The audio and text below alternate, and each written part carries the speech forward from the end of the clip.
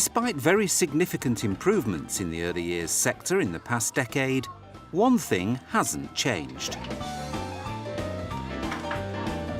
The layout in most settings follows conventional wisdom. Children's artwork is proudly displayed. There's lots of colourful plastic. Surfaces are packed with activities. It's a busy and stimulating environment.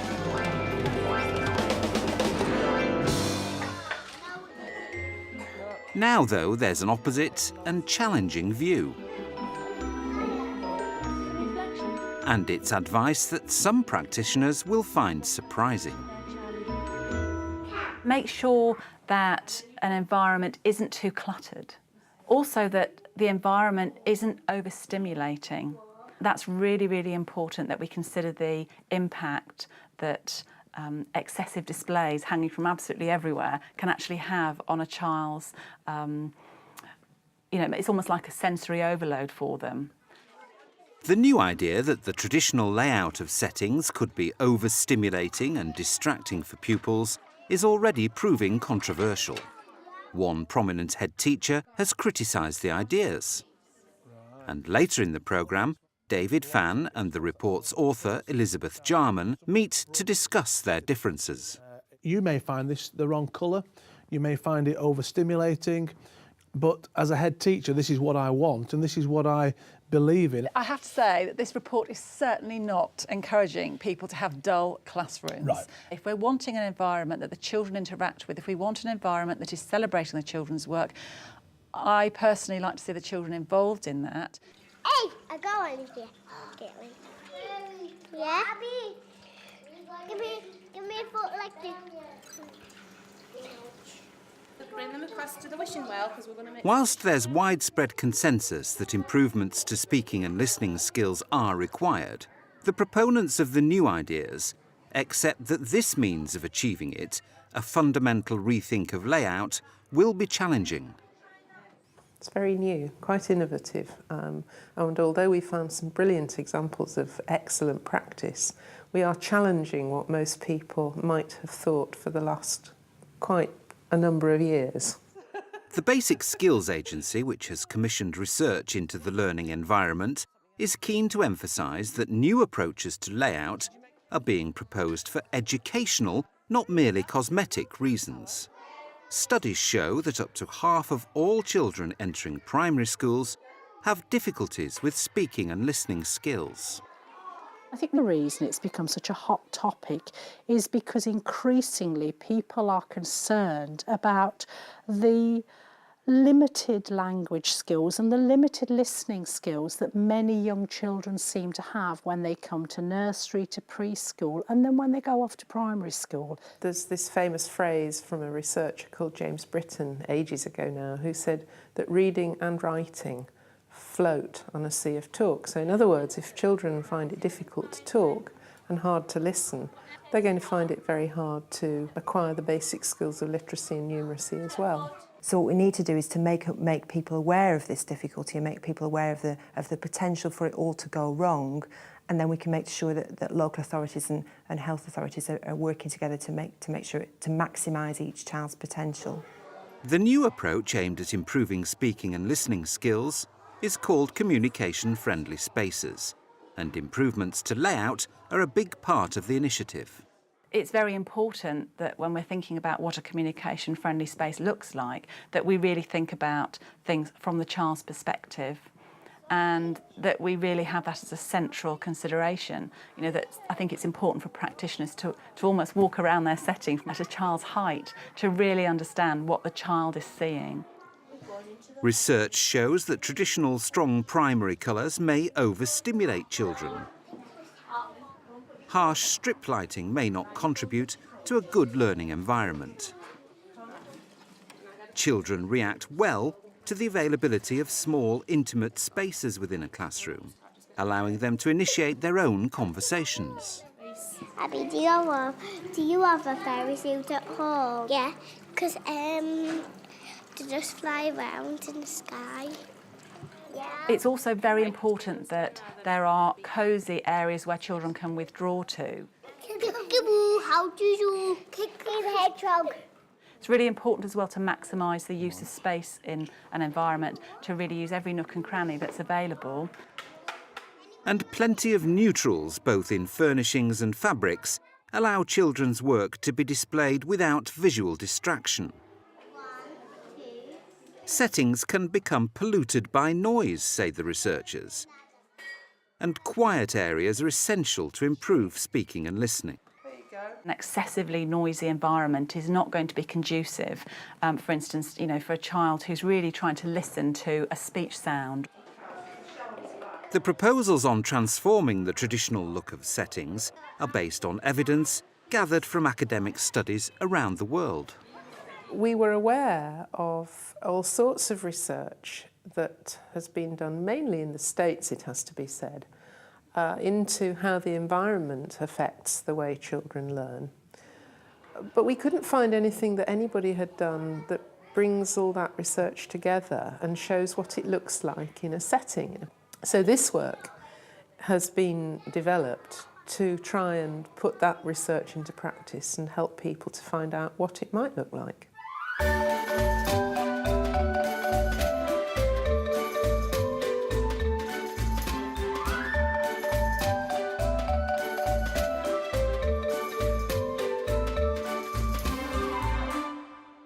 One setting which is adopting some of the ideas to encourage the development of speaking and listening skills is Trimdon Grange Nursery and Infant School in County Durham. Trimdon's head teacher has had a long-standing interest in classroom layout and the use of outdoor spaces. Such was her enthusiasm for new thinking in the area that some of her staff went to Italy to look at schools using an approach called the Reggio model. It shares many of the principles which underpin communication-friendly spaces. Their key impression of Italy was that everything was spacious, calm, well organised, uncluttered, and the background faded away, leaving the children's achievements in the foreground. So one of the first things that happened was a lot of furniture went into storage or went into a skip, and we made ourselves a much larger, more spacious kind of environment for the children. We looked at some of our equipment that was very brightly coloured and decided that we wanted to take a change of emphasis, and we slowly began to replace some of our very brightly coloured plastic equipment with as many natural materials as we could. So we went for an effect that was light, we used wood, we used hessian, we used very pale walls in the background.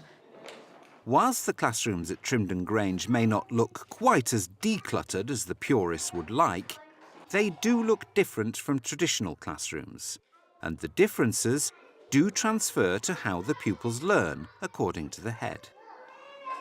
Well, the environment is a provocation, I suppose. The environment is there to encourage children to come forward with ideas, to look for things to investigate, to look for opportunities for creation. And our environment, and any environment which follows a Reggio model, is always going to have plenty of opportunities for pupil independence. Give a smile.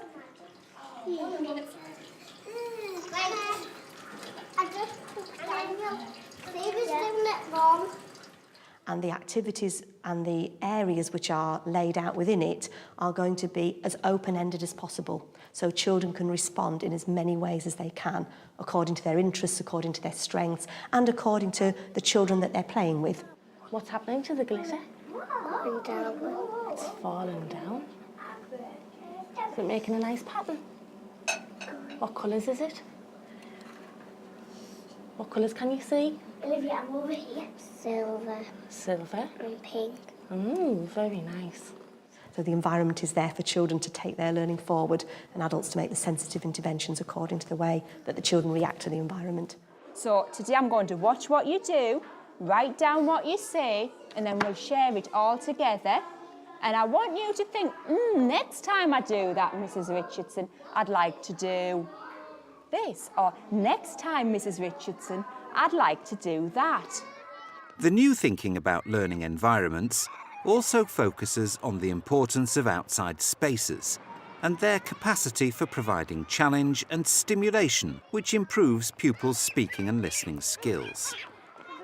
Again, the head teacher sent her staff out to scour the world for ideas. This time they went to Denmark to look at the country's famous forest schools. In the forest schools, the staff were immediately struck by the fact that children hardly ever went indoors at all. And it was also in Denmark, where it was very cold. So any excuses that we can't go outside because it's cold were soon swept to one side. And in fact, in those schools, the children's education was almost entirely outside. It was very free-ranging, there wasn't an obviously structured curriculum, and staff responded to children's interests with small areas of provocation, but there was a much greater confidence in children's ability to keep themselves safe outside as well, not the preoccupation with health and safety that you sometimes see in schools in this country. And that was quite liberating. That was quite liberating because we saw that those children were safe, and yet they were able to take calculated risks with the support of adults. And I think when the staff returned here and wanted to do some more daring things outside, if you like, some more exciting and stimulating things, they felt empowered to do it.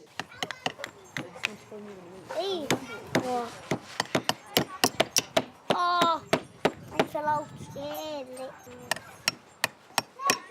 Ellie, look. We also found ourselves more confident to take risks with very messy materials. So we began to use gloop and mud and hose pipes, and we invested in clothing that was going to keep the children safe and dry, and decided we would just go with it because the learning opportunities were so powerful that what's a little bit of mess compared to a huge conceptual gain. Where does the brick go, Josh? Good boy. Onto the mortar.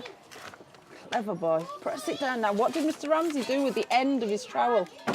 You remember? He went... Good boy, do you want to help, Will? But changes of this order cost money. Catherine Wharton estimates she spent £25,000.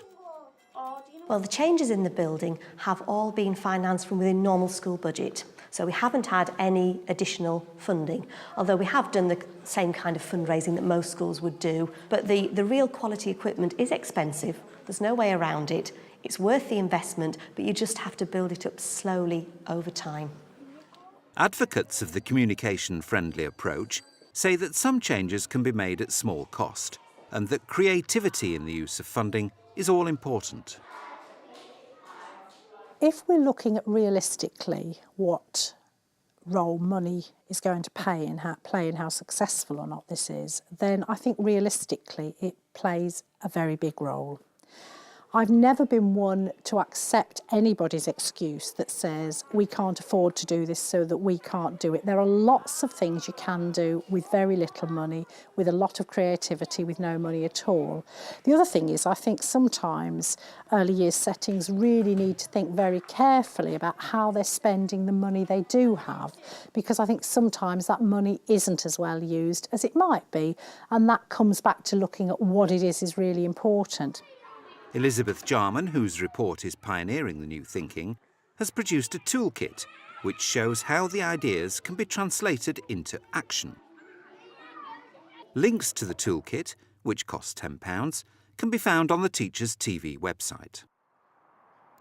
And later on in this programme, we'll look at how one school in Yorkshire has transformed a small area using some of the principles of communication-friendly spaces for as little as £100.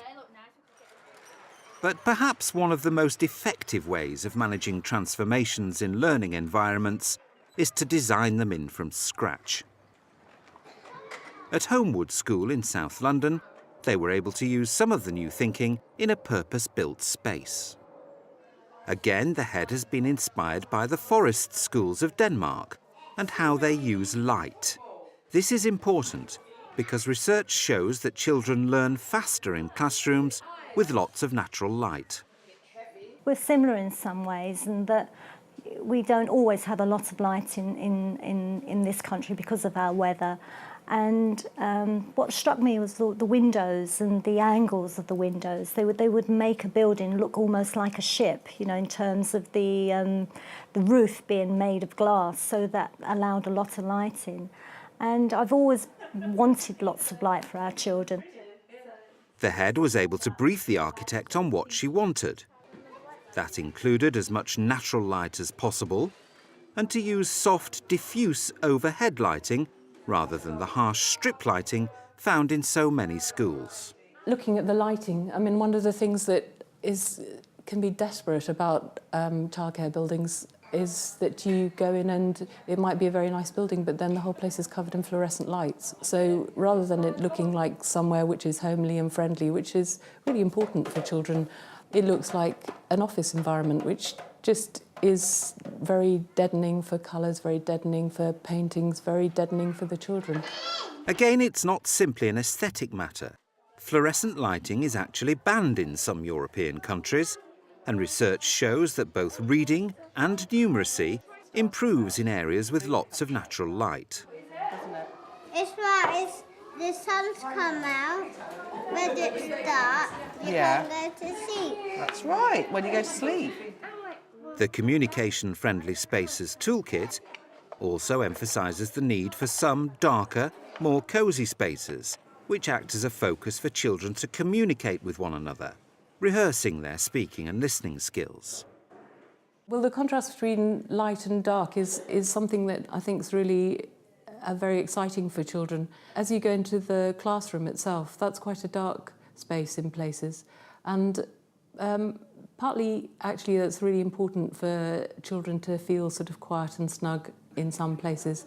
But also, I think what you can do is to create too many windows, too many doors, and then there's actually nowhere to make the home corner, nowhere to make the small spaces that children need, and to put the furniture against the walls and that sort of thing. So it's actually a combination of both of those things. But isn't creating these positive learning environments really the job of local authorities? And doesn't it require a great deal of funding? Early years can't manage on a shoestring. It's been underfunded for far too long, and we've really welcomed the additional funding over the last 9-10 years. But nonetheless, if we're going to really create both the sort of environment we want for young children, but also the sort of adults, the trained adults we need to have working with young children, then that has got huge financial implications, both for individual settings, but also for local authorities and for national government. And one of the things that I think will make successful or not a focus on communication and language development is if we really have the same sort of investment in that in the early years that we've seen over the last few years in literacy and mathematics in the primary sector. That's the sort of size of training investment we really do need to be seeing with the people who work with our youngest children. Whilst progress on the big picture funding of developing communication skills in early years will take time, advocates of the new approach say that practitioners and settings can take positive steps themselves at low cost. White Lath School on the outskirts of Leeds did that very thing, deciding to make over a small outside space to provide the kind of cosy den which helps children to develop their own speaking and listening skills. We wanted to make the patio more comfortable, more cosy, warmer.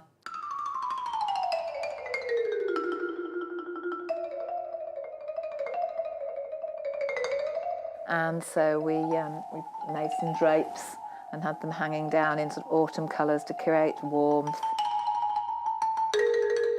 We also put up a divider so the area was smaller, so the children felt comfortable. We got natural elements, the logs to put the books on and have the children sitting on. The fabric was probably one of the most expensive things. That's probably about £35. We got carpet donated, and we made the divider, and that was probably about £30 as well. Staff read the Communication-Friendly Spaces Toolkit before the makeover. Was it useful? I think that the changes would have to be taken a little bit at a time, and maybe it's not for everyone to go the whole way down the toolkit. And so, you know, using wooden furniture would be great. It's really expensive, so we can't all do that straight away. We can try and have some quality items. Changing all the displays in the rooms isn't for every environment, but adapting the displays so that they're more focused, so they link to the needs of the children, is probably something that everybody can do.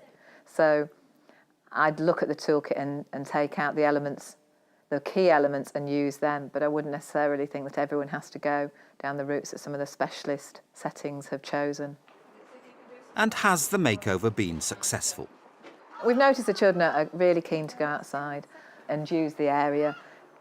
As time's gone on, with the adults modelling how to use the area, they've been using their communication skills longer and better and having great fun in there. They love snuggling under the blankets and having secret conversations and reading the books to the toys. And each week we'll be changing the props in there so they can develop their skills and remain interested and add different things. We're looking to add ICT things, torches, tape recorders, things like that, just to keep stimulating them. But at the moment, despite the weather, they've really enjoyed being out there, and there's certainly more children on the patio and more children doing communication activities. Success on a small scale. But will the new approach find favour throughout the early years community? It's already proving controversial, with one prominent head teacher expressing trenchant criticism of the ideas. We asked the report's author, Elizabeth Jarman, and primary head, David Fan, to meet at his school. The head's a great fan of pupil displays and of the traditional approach to layout. One of the key elements that I really hope people take from this piece of work is more of an understanding of how the physical environment that they set up for children connects with their underpinning educational philosophy. Because the way that a space is physically set up says an awful lot to children about, for instance, what kind of interactions are welcome there, what kind of behaviours are welcome there. And I worry that people who are very reflective in their practice are suddenly going to think, well, everything I'm doing now is wrong. And I think teachers as a profession feel very much under attack at times, and yet this is another report that says you're doing it wrong.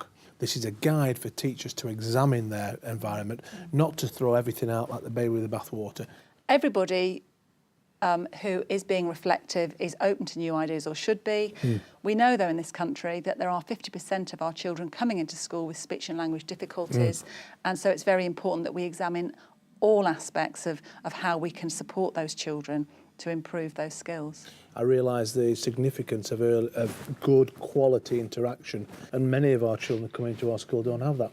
How do we get head teachers who are in inner city areas where SAT scores are poor, league tables are a pressure? How do we get those head teachers and those practitioners confident enough to say, well, we really think quality, like speaking and listening in the foundation unit, will bear dividends later on? And I worry, will this report actually have any significance to those settings?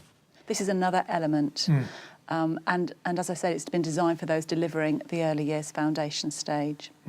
But I do think that from the practice that's already been highlighted in the report, that head teachers or heads of centres who have, for instance, Key Stage 1 students or older can learn a lot from some of the ideas within this. This is a school, for instance, that was built yet only 14 years ago, and it has quite serious flaws. Very few of the windows are at child height. The ventilation's poor in the school. There's low ceilings which exacerbate at times the echoing effect. We're still hitting a barrier when it comes to architecture and planning in schools, that actually they don't take enough account of what children and staff need. We've looked, for instance, at the whole area of colour schemes that are used in schools and in classrooms. The colour test showed that children have a physical reaction quite often to particular kinds of colours, and so that needs to be considered when we're planning areas and making sure that we're choosing the right colour schemes that are going to help children to, for instance, be calm or focused, as opposed to fired up by, for example, painting a colour bright red, painting an area bright red. You know, we've got a school here that's got red as its main colour, and that was chosen by the LEA and architects, and actually, you know, I think we need to look at the basic fabrics before we move on.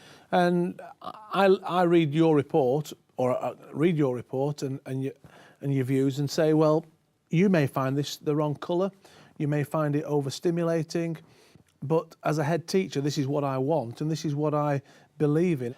I personally feel that it's part of the experience that children get when they're at school. The fact that they can celebrate their work, the fact that there's words on the wall. I think it's a very important part of their education. We're certainly not saying tear down No. all of your displays. Good. What we're wanting to see is more of a neutral environment background-wise so that the children's work can go centre stage. So, for example, if you've got a group of children in a story area listening to a story that the teacher's reading, looking at a big book, for instance, you wouldn't particularly want a very, very busy display in the background there for obvious reasons, that the children will be very distracted. One of the best teachers I've ever seen was a teacher who read the book Stig of the Dunk by Clive King, and she made her room a den, Stig's cave, and the children were completely immersed in the environment.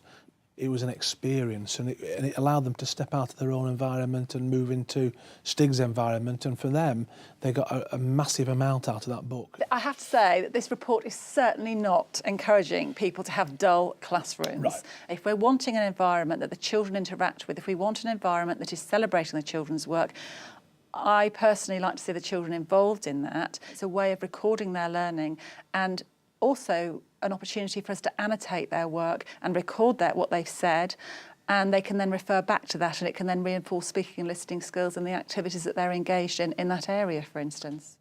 The debate will continue, because a reappraisal of traditional layout is bound to cause a great deal of reflection, challenging, as it does, practice that's held dear in many settings. You can join the debate by logging on to the Teachers TV website to see what other people working in your sector have to say about the ideas raised by communication-friendly spaces.